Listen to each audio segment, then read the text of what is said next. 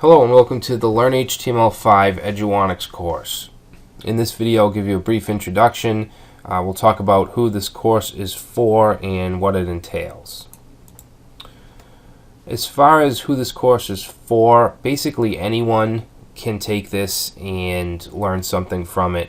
Anyone interested in learning HTML, whether you know nothing at all about HTML or if you're a professional looking to sharpen your skills, this course is for you. We'll go from creating an extremely simple web page with some text and an image all the way to building a fully functional application task manager using HTML5 local storage along with JavaScript and jQuery. Alright, so we're basically going from absolutely nothing all the way up to a fully functional app.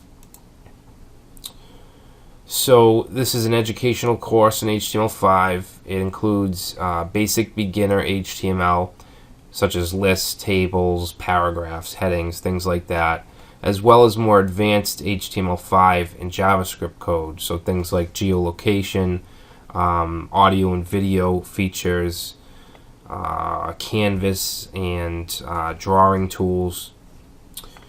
This course has 6 chapters or units. Each chapter has 1 to 7 sections, and each section has a video, and will also include the program files for that video and also the document if it's a slideshow video. So we'll talk about core HTML concepts, creating clean and valid HTML5 markup, text formatting, lists and tables, forms and input, div tags, and CSS. Alright, so all the basic building blocks of a website.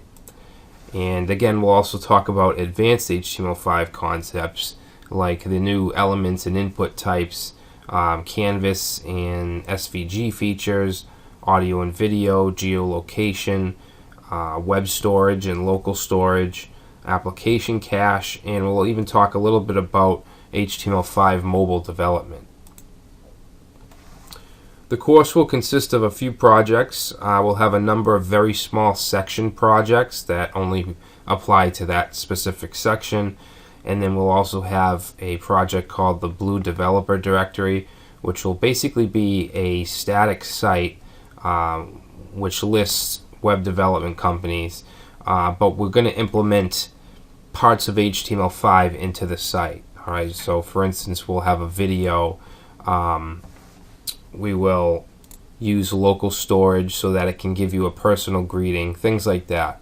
And then in the last chapter, or the last unit, we'll be building a daily planner application, which is basically an in-browser task management system which uses local storage.